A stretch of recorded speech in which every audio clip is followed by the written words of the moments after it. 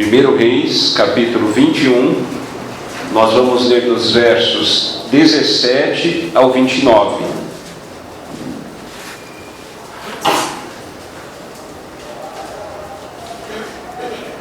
Livro de 1 Reis, capítulo 21, verso 17, diz assim a palavra do Senhor. Então veio a palavra do Senhor a Elias o tesbita, dizendo: Dispõe-te, desce para encontrar-te com Acabe, rei de Israel, que habita em Samaria. Eis que está na vinha de Nabote, aonde desceu para tomar posse dela. Falar-lhe-ás dizendo: Assim diz o Senhor: Mataste e ainda por cima tomaste a herança? Dir-lhe-ás mais: Assim diz o Senhor: No lugar em que os cães lamberam o sangue de Nabote, cães lamberão o teu sangue, o teu mesmo. Perguntou Acabe a Elias: Já me achaste, inimigo meu? Respondeu ele: Achei-te, porquanto já te vendeste para fazeres o que é mal perante o Senhor. Eis que trarei o mal sobre ti, arrancarei a tua posteridade e exterminarei de Acabe a todo do sexo masculino, quer escravo, quer livre, em Israel. Farei a tua casa como a casa de Jeroboão, filho de Nebate, e como a casa de Baasa, filho de Aías, por causa da provocação com que me irritaste e fizeste pecar a Israel. Também de Jezabel falou o Senhor: Os cães devorarão Jezabel dentro dos muros de Jezreel. Quem morrer de Acabe na cidade, os cães o comerão, e quem morrer no campo, as aves do céu o comerão.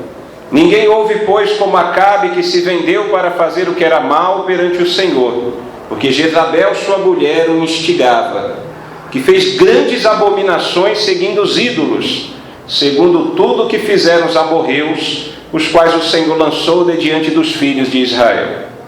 Tendo Acabe ouvido estas palavras, rasgou as suas vestes, cobriu de pano de saco o seu corpo e jejuou.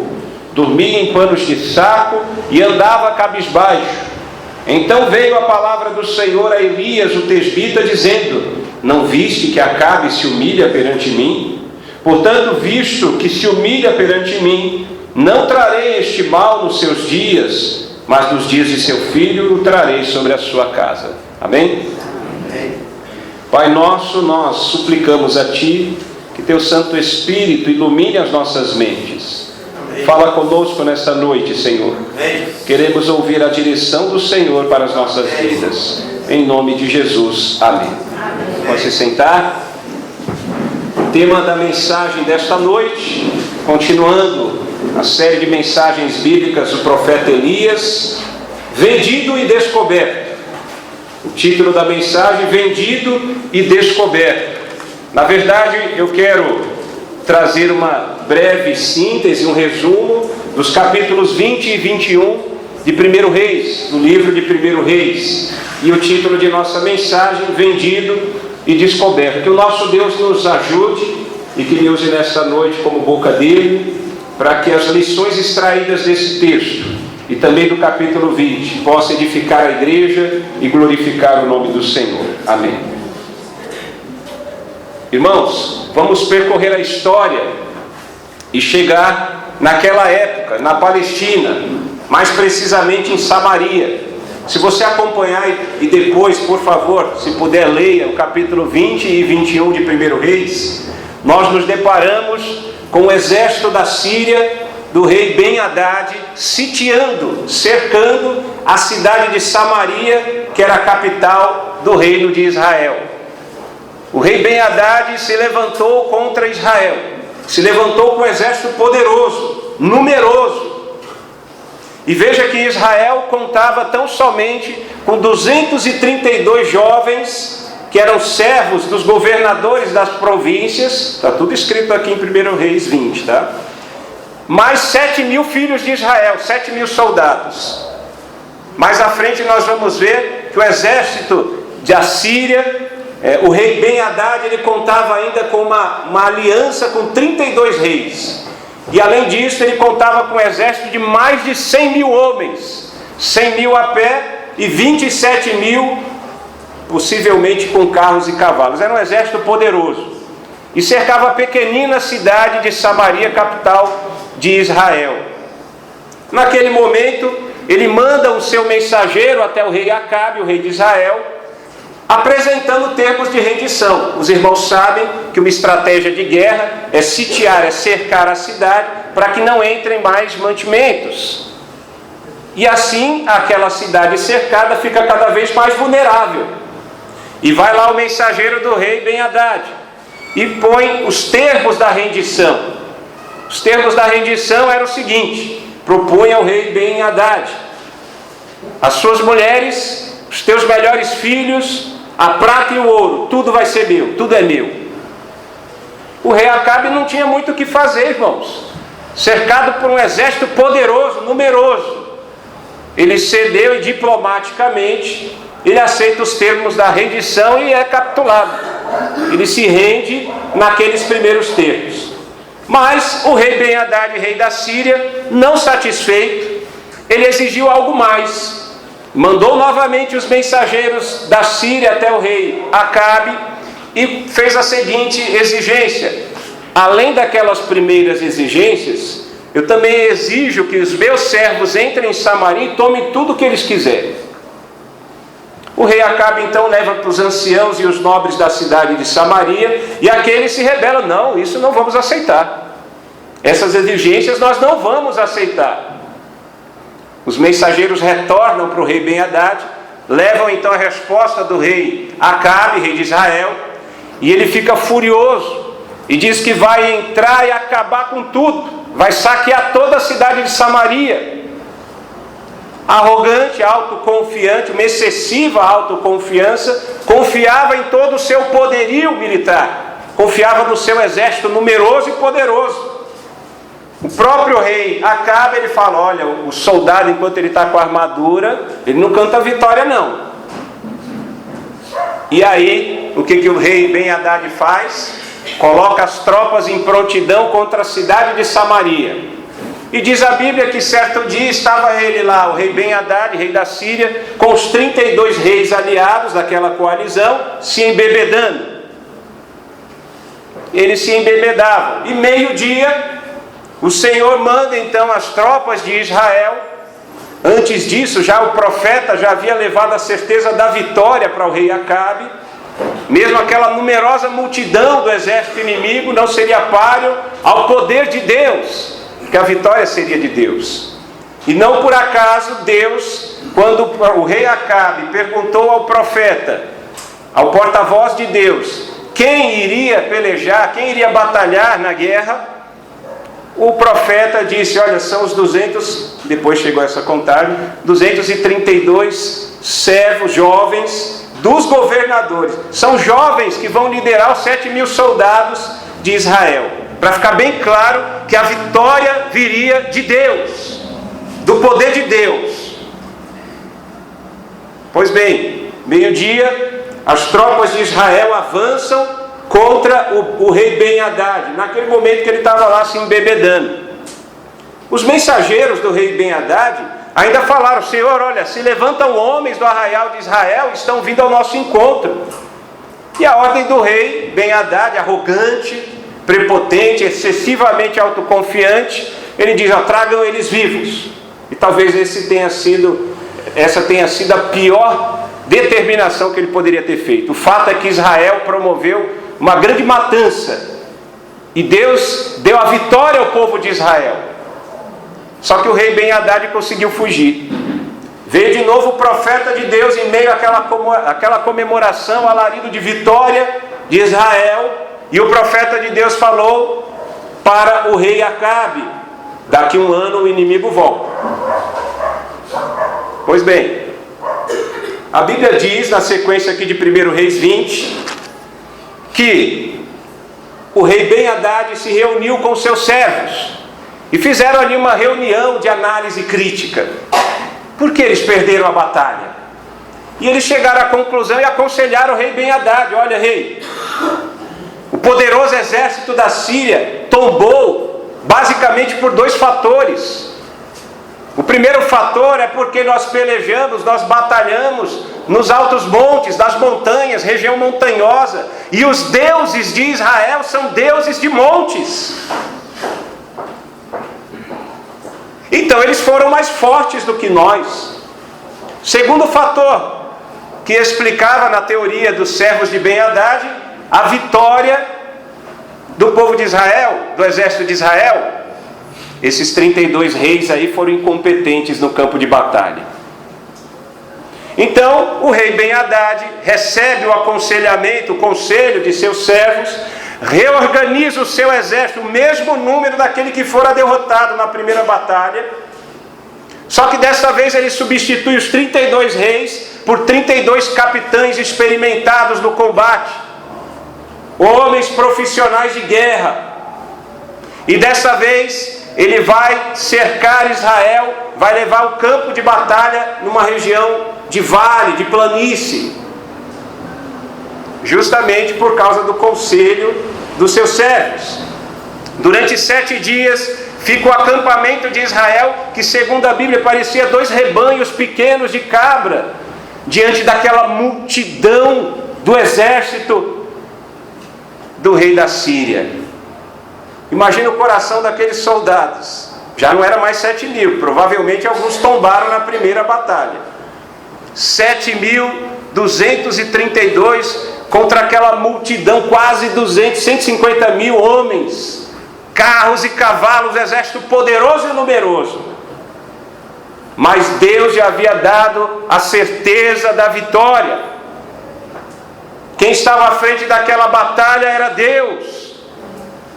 E o povo de Deus, o povo de Israel, mais uma vez, ataca o inimigo e tem aquela vitória esplendorosa, gloriosa, porque o próprio Deus entrou na frente daquela batalha e deu a vitória ao seu povo. Mais uma vez o rei Ben-Hadad foge, se esconde. E os seus servos lembram ao rei, o rei Ben-Hadad, o rei da Síria, o inimigo do povo de Israel, de que os reis de Israel costumam ser clementes, indulgentes, e propõem uma trama, uma tentativa de conseguir essa clemência, alcançar essa clemência do rei de Israel, o rei Acabe. Então os servos do rei Ben-Hadad se vestem de uma maneira que comprove o luto, a tristeza, o pranto, chegam diante do rei Acabe, comentam a respeito de Ben-Hadad, que gostaria de receber a clemência do rei, e de maneira irresponsável, o rei de Israel, o rei Acabe, ele acaba cedendo, chama de irmão, faz uma aliança com o inimigo, libera o inimigo, mesmo havendo determinação de Deus, para matar inclusive o rei inimigo, o rei sírio, o rei Ben-Hadad. Deus levanta mais um profeta. Esses profetas aqui não são identificados, não tem nome. E não importa, porque é Deus que tem levantado esses homens. A palavra é de Deus, não é de homens. Esse profeta pede para que um colega dele o esburre. Ele fala, não vou te esburrar não. Como você não obedeceu a palavra do Senhor, um leão vai tirar a sua vida. E assim foi feito. Veja que um homem bom, um profeta, amigo, não obedeceu a palavra do profeta, que era a palavra de Deus, e fora morto. Imagine um rei perverso, idólatra, que afastar o povo de Deus dos caminhos do Senhor e que desobedecer a Deus, dando liberdade ao inimigo de Deus e ao inimigo do povo de Deus. O miserável pecador, rei Acabe, estava agora debaixo das mãos poderosas de Deus, que é fogo consumidor, um Deus irado contra o pecado. E aí esse profeta, ele vai e pede para outro profeta, me esburra. Esse daí ele esburrou. Eu acho que ele ficou sabendo lá que o colega dele foi devorado por um leão. E assim que ele foi esburrado, ele cobre com uma venda os olhos e vai no caminho por onde passaria o rei Acabe. Tudo isso está em 1 Reis 20, estou fazendo um resumo. Depois você leia.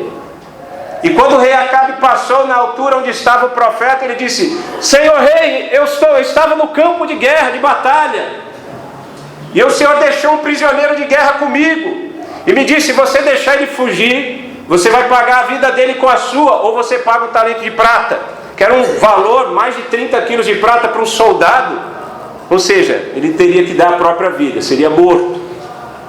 E aconteceu que eu me envolvi em algumas coisas, uma coisa aqui, outra coisa ali, ele acabou fugindo. O profeta falando. O rei falou lá na sua comitiva: você já deu então a sentença, ou seja, é a sua morte, a sua vida, porque fugiu o prisioneiro de guerra. O profeta arranca a venda, o rei Acabe comprova e percebe que ali se tratava de um profeta de Deus, existia escola de profeta naquela época, e pelas características eles reconheciam o profeta de Deus, e quando se aproximava o profeta de Deus, meu irmão, não é igual aos profetas de hoje. Nossa, ela veio, dá uma profecia para mim, dá uma revelação para... Não, naquela época, quando aparecia o homem de Deus, o profeta começava a bater o joelho de medo, porque vinha mensagem de juízo. E ele fala: você foi esse homem, você tinha a ordem, o mandamento de Deus, que condenou Ben-Hadad, o rei da Síria, o inimigo de Deus e do povo de Deus. Você teve ele em suas mãos e permitiu que ele fugisse. A vida dele pela sua vida, você vai morrer. Acabe foi todo desgostoso e indignado para a casa dele em Samaria. E aí entra o capítulo 21. No capítulo 21, a gente percebe que o rei Acabe não aprendeu a lição. Ele podia ter se arrependido, mudar de pensamento, de atitude, uma vida transformada, clamado pela misericórdia de Deus. Ele estava com um juízo de Deus de morte, ele ia morrer. Mas não, ele ficou lá desgostoso, indignado. E lá no capítulo 21 nós vemos que ele não aprendeu a lição e continuava, o rei Acabe, rei de Israel, continuava a sua carreira perversa. Continuava vivendo contrário à vontade de Deus. E aquele rei perverso que não temia a Deus, ele percebeu que no palácio ali em Jezreel havia em anexo uma pequena vinha. Essa vinha era de propriedade de Nabote. E a Bíblia diz que ele era o jezreelita, era o homem daquela cidade. Lembrando que o palácio principal era em Samaria, a capital. Em Jezreel tinha um outro palácio do rei Acabe. E essa propriedade, essa vinha de Nabote, o jezreelita, despertou a cobiça do rei Acabe. Como acontece hoje em dia, sempre aconteceu desde Gênesis 3 do pecado da humanidade. Os ricos cada vez querem ficar mais ricos e cobiçam as coisas alheias. E não por acaso está lá nos 10 mandamentos em Êxodo 20, não cobiçarás. Ele foi lá, e até aí estava tudo bem, tirando a cobiça, mas ele fez uma proposta: Nabote, eu te ofereço o valor justo por essa vinha, e se você quiser eu te dou uma vinha melhor do que essa. Era até um negócio bom. Ele colocou Nabote contra a parede, uma saia justa. Sabe por quê? Porque a lei de Deus determinava, a Torá, a lei de Deus determinava que a propriedade deveria permanecer na família. Você pode ver isso em Levítico, em Número, até em Ezequiel tem alguma coisa a respeito dessa lei. Por outro lado, o rei, se recebesse um não, ficaria desagradado, entristecido. E certamente ele já conhecia a personalidade do rei Acabe e também de Jezabel, a mulher do rei Acabe. Sabe o que Nabote fez? Ele preferiu agradar a Deus. Não posso vender, isso daqui é da minha família, é a herança da minha família. Mais uma vez, como uma criança mimada, o rei Acabe, todo desgostoso, indignado, deita na cama, todo deprimido, não come mais. Quem chega agora, irmãos? Jezabel. Não vem coisa boa daí. Jezabel percebe o marido dela, o rei Acabe, transtornado, indignado, desgostoso da vida, um bebê chorão, e ela fala: que isso, homem? Por que você está assim? Ele conta toda a história. Eu queria aquela vinha lá de Nabote, porque eu queria fazer uma hortinha, queria plantar ali. é anexo, é colado, é do lado do palácio em Jezreel. Mas ele disse não, um bebê chorão. E Jezabel dá uma dura dele. Toma jeito, homem. Você é rei de Israel ou não é? Pode deixar que eu vou te dar essa vinha. Sabe o que ela fez? Ela elaborou uma trama diabólica, exatamente do jeito que é o perfil dela, ou era o perfil dela, de Jezabel. E para dar uma cara de legalidade, de religiosidade, uma espécie de um inquérito, ela pega uma carta e escreve, sela com o anel do rei Acabe, e envia aos nobres e aos anciãos da cidade de Jezreel, dizendo que eles deveriam trazer 2 testemunhas, 2 homens malignos, testemunhas falsas, que acusariam Nabote de blasfêmia contra Deus e contra o rei. E a lei, veja que foi instaurado um inquérito para apurar essa conduta de Nabote. A sentença era clara, era morte, blasfêmia contra Deus e contra o rei. E foi assim que ela procedeu. Trouxeram os 2 homens malignos que testemunharam falsamente contra o inocente Nabote. Ele foi levado para fora da cidade e apedrejado até a morte. E diz a Bíblia ainda em 2 Reis 9:26. Veja como Jezabel, ela é tão perversa, mas ela também é minuciosa nos detalhes de seu plano diabólico. Em 2 Reis 9:26 também mostra que ela matou até os filhos, os descendentes de Nabote, porque ele morrendo passaria a herança para os filhos. Ela matou os filhos também. Quando chegou a notícia que Nabote estava morto, ela vai até Acabe e diz: Acabe, pode ir lá, Nabote morreu, a vinha é tua. Veja que quantas vezes na história da humanidade, sob a capa da religião, se fez tanto mal. Mesmo na história da igreja cristã, quantas vezes se fez o mal, tirou-se, deu cabo de vidas por causa, em nome, supostamente em nome de Deus. Jezabel, aquela idólatra, mulher maligna, diabólica, fez isso também. Deu aquela roupagem de religiosidade, de ilegalidade para uma fraude. O rei Acabe se levanta e vai para Jezreel, ele desce até Jezreel para tomar posse da propriedade, da vinha. E aqui entra a parte em que o Senhor, que é a parte que nós lemos, de 17 ao 29, vem a palavra do Senhor ao profeta Elias. Vocês se lembram que domingo passado, Elias, nós comentamos sobre a experiência de Elias, quando ele fugia da ameaça de morte de Jezabel, havia entrado em crise. Aquele homem, aquele servo de Deus, instrumento que foi usado poderosamente por Deus, havia sido dominado e vencido pelo medo, pelo desânimo, fugiu para o deserto, pediu a morte para si mesmo, depois entrou no fundo de uma caverna, e foi ali que Deus tratou e restaurou, tanto espiritual como fisicamente. E lá na caverna, antes somente no Monte Carmelo, é que ele recebeu novamente a palavra do Senhor. E aqui novamente a Bíblia diz: veio a palavra do Senhor a Elias o tesbita.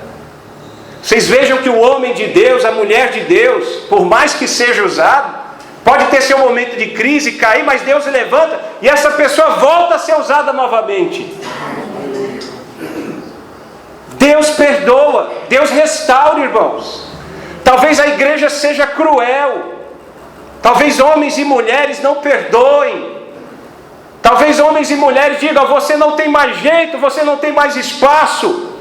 Mas com Deus não é assim. Ele trata, restaura, levanta e volta a usar. E foi assim que aconteceu. Aqui o profeta Elias é instrumento das mãos de Deus. Então Elias, imagine a cena, o rei Acabe se aproximando todo feliz, saltitante, alegre. Agora eu vou ter a minha horta do lado do palácio. E ele olha ao longe assim, percebe a sombra de uma figura humana. Quem é que está lá esperando por ele? O profeta Elias. Imagina esse homem de novo. Já me achou, inimigo meu? achei sim, achei você que se vendeu e praticou o que era mal para o Senhor. Praticou o que era mal perante o Senhor. E aí traz a mensagem de juízo. Acabe iria morrer, todos os filhos do sexo masculino também morreriam, nenhum deles teria um sepultamento digno, Jezabel também morreria e os cães comeriam o corpo de Jezabel. Que coisa terrível! Que coisa terrível! Parece que tudo ia dar certo aqui, né? Porque Acabe, quando ouve essa mensagem, esse juízo de Deus, ele se humilha perante Deus. Dá a impressão até que é um arrependimento sincero, mas não era, irmãos. Era só um arrependimento parcial. Talvez o medo do castigo. Mas Deus, na sua infinita misericórdia, ainda mudou aquilo que ele tinha trazido, aquilo que ele tinha determinado que o profeta Elias levasse como mensagem de juízo. Então mostrou ao profeta que Acabe havia se humilhado perante Deus, perante ele, e por isso, somente depois da morte de Acabe, é que viria aquele juízo sobre Jezabel e a sua descendência e toda a dinastia que seria dizimada. A dinastia do rei Acabe. Essa é a história que nós vemos tanto do capítulo 20 até o 21. Isso daqui vai culminar depois com a morte do rei Acabe. Isso vai ser lá no capítulo 22, que vai ficar para uma outra oportunidade. São muitas as lições aqui, irmãos.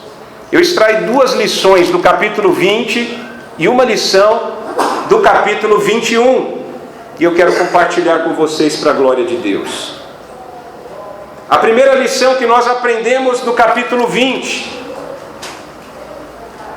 Nós extraímos essa lição de 1 Reis 20, 13 ao 15, que diz o seguinte: eis que um profeta se chegou a Acabe, rei de Israel, e lhe disse: assim diz o Senhor, viste toda esta grande multidão? Pois hoje a entregarei nas tuas mãos, e saberás que eu sou o Senhor. Perguntou Acabe: por quem? Ele respondeu: assim diz o Senhor, pelos moços dos chefes das províncias. E disse: quem começará a peleja? Tu, respondeu ele. Então contou os moços dos chefes das províncias, e eram 232. Depois contou todo o povo, todos os filhos de Israel, 7.000. Aquilo que eu já havia relatado a vocês. Ben-Hadad confiava em si próprio de maneira excessiva. Ele confiava no seu poderio militar, no seu exército numeroso, e não titubeou em exigir a rendição total de Samaria, do rei Acabe, e de exigir valores de tudo que havia em Samaria. Quando o rei de Israel recusou atender às exigências, o arrogante e orgulhoso rei Ben-Hadad da Síria cantou vitória antes mesmo de entrar na batalha. E foi aí que ele se deu mal. Na verdade, o rei da Síria foi envergonhado e derrotado na batalha contra Israel.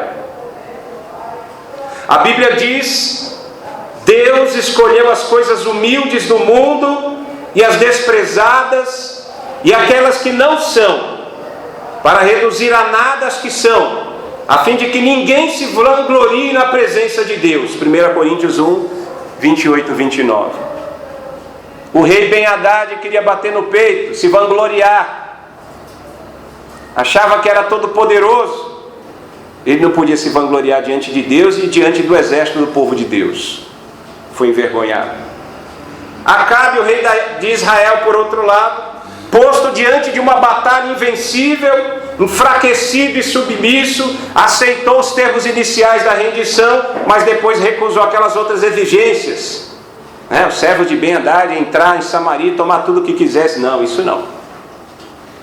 Veja que Acabe, ele ouviu as palavras do rei Ben-Hadad, que exigia rendição total. Acabe também ouviu as palavras dos anciãos e do povo que aconselharam a não se render, embora não mostrasse como enfrentar o inimigo.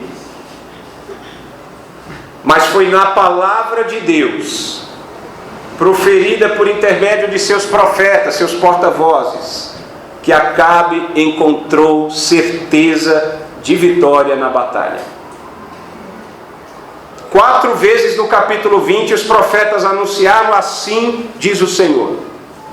É ali que veio a palavra de esperança, e esperança no sentido de certeza de que Deus daria a vitória na batalha. Os propósitos de Ben-Hadad, o rei da Síria, o inimigo, expresso por suas palavras, foram frustrados por Deus.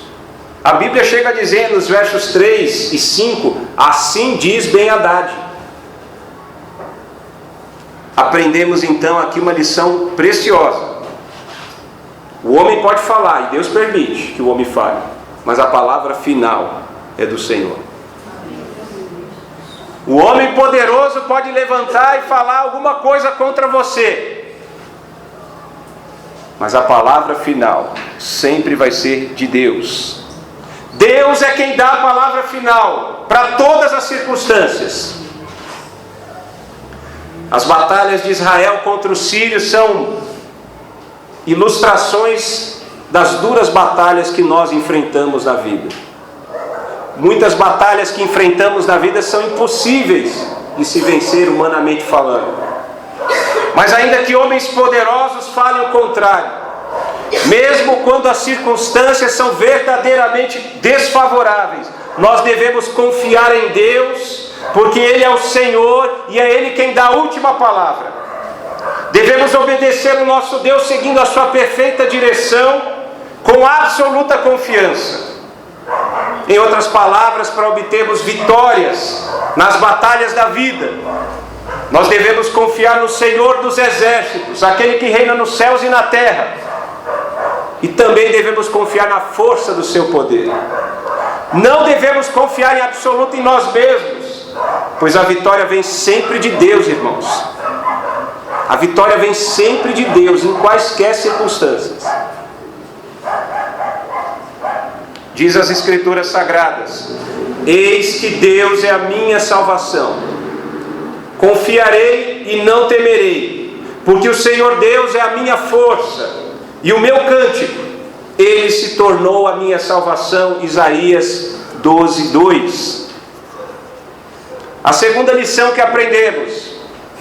A primeira lição é que para obter vitórias nas batalhas da vida, nós devemos confiar em Deus e não em nós mesmos. A segunda lição: Deus é glorificado com a vitória de seu povo. Deus é glorificado com a vitória de seu povo. E o texto para extrair essa lição, 1 Reis 20, 28, que diz o seguinte: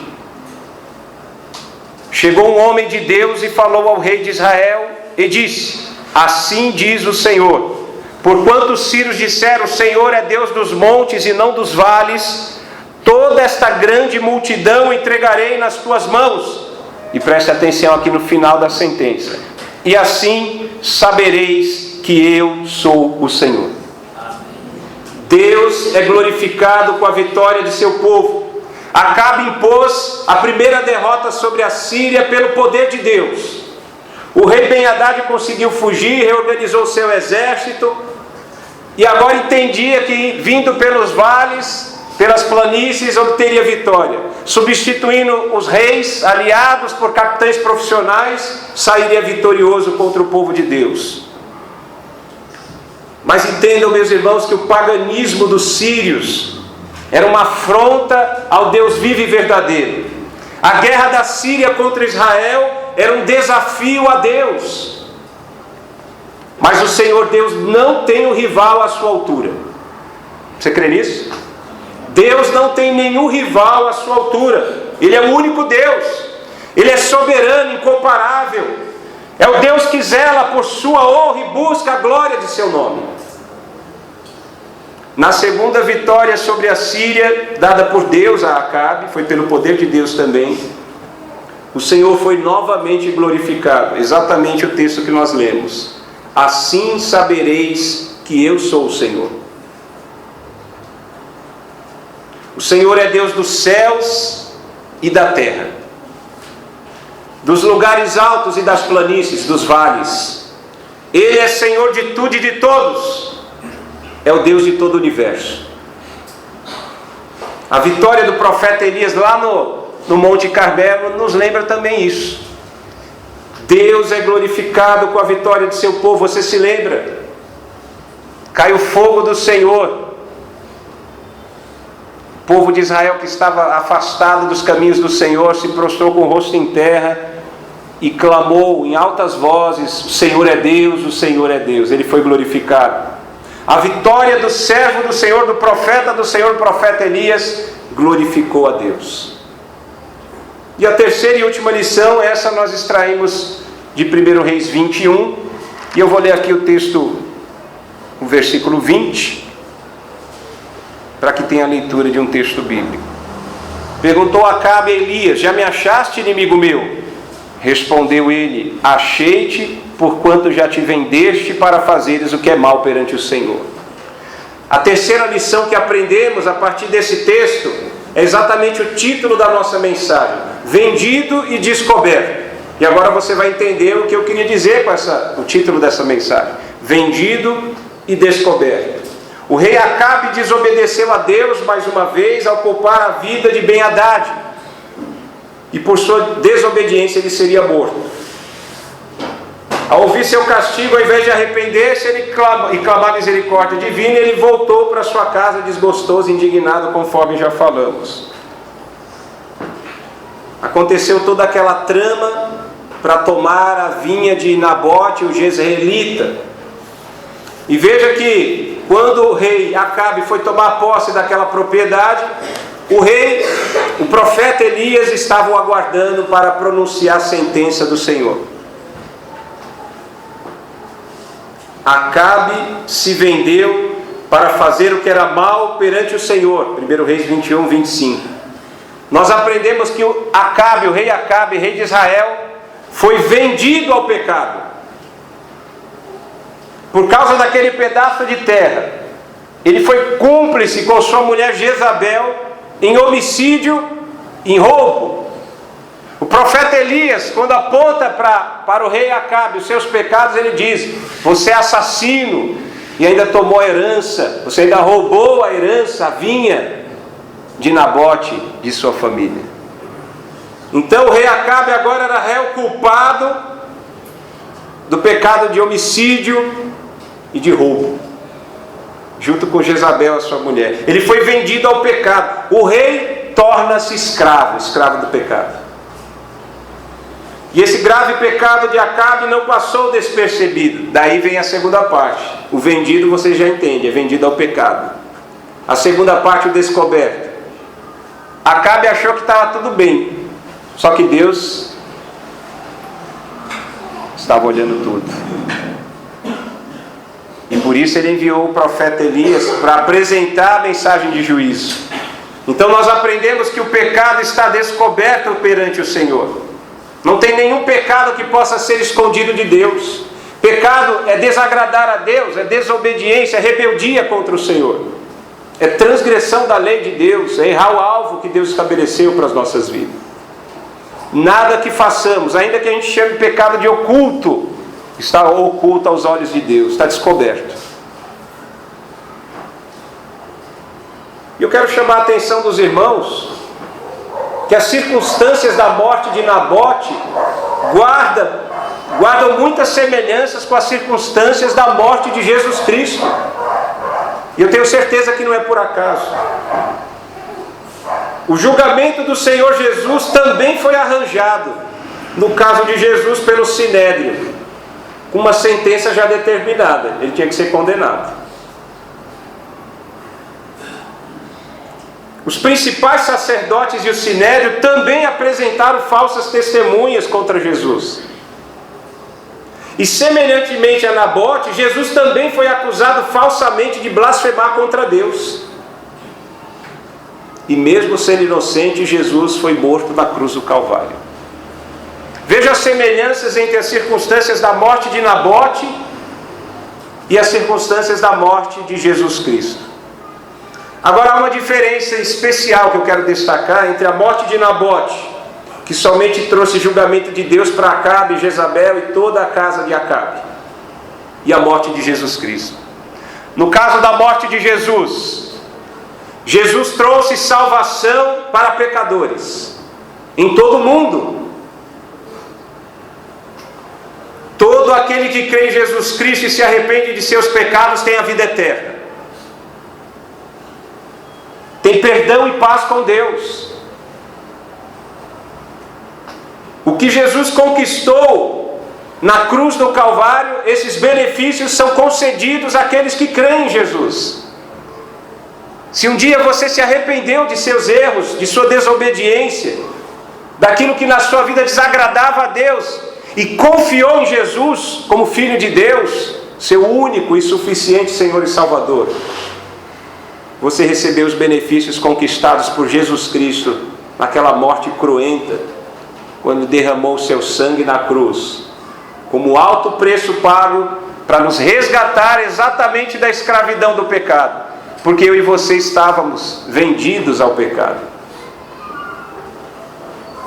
Todos somos pecadores, todo ser humano é pecador. Todo ser humano sem Cristo, sem Deus, é vendido ao pecado.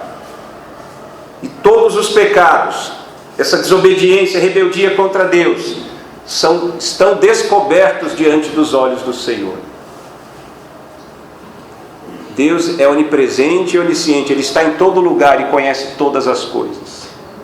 Até aquele pecado oculto, só você sabe, lá no fundo do seu coração, na sua mente, Deus sabe. Todos os pecados estão descobertos perante Deus. E como é que a gente obtém vitória então nas batalhas da vida contra o pecado? Primeiro, não adianta confiar em si mesmo. Lembra lá da lição? Para você obter vitória nas batalhas da vida, não confie em você mesmo, confie em Deus.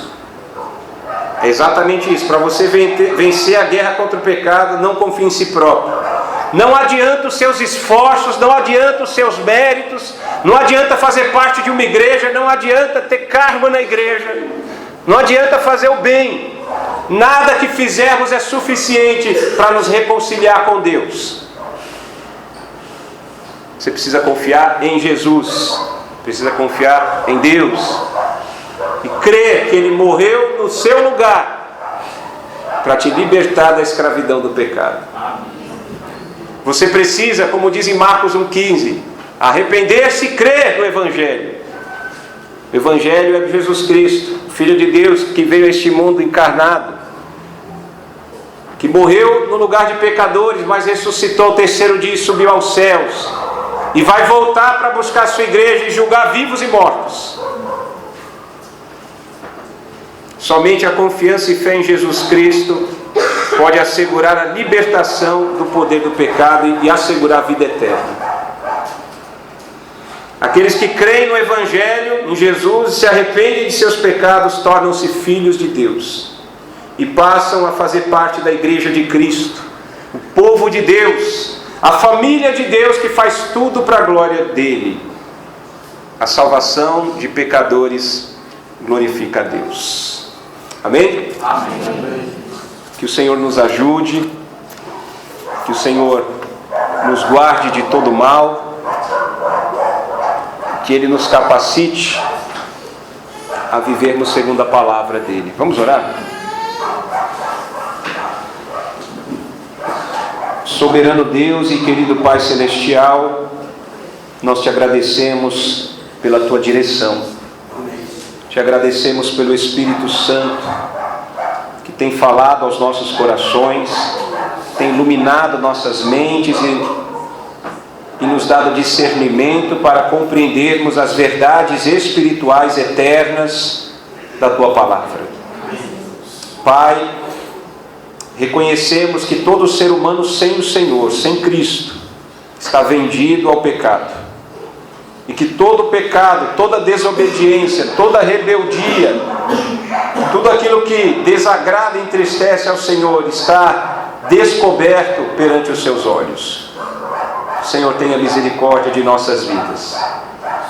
Se há alguém entre nós que ainda não se rendeu a Jesus Cristo, que Teu Santo Espírito convença este homem ou esta mulher de que somente a confiança no Senhor Jesus, somente recebendo Jesus como Senhor e Salvador de sua vida, somente a partir do arrependimento de seus pecados, é que ela pode ser feita filha de Deus, filho de Deus, e receber os benefícios da vida eterna.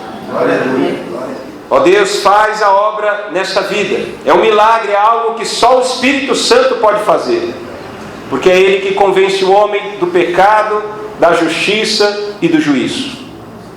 E Senhor, eu também oro por aqueles que já são teus filhos, que estão lutando essa batalha diária da vida contra o pecado, que estão entristecidos, que estão abatidos, cabisbaixos, que têm sofrido derrotas consecutivas diante de um pecado que se avoluma e que tem entristecido a Ti e também o coração desse Teu filho ou filha.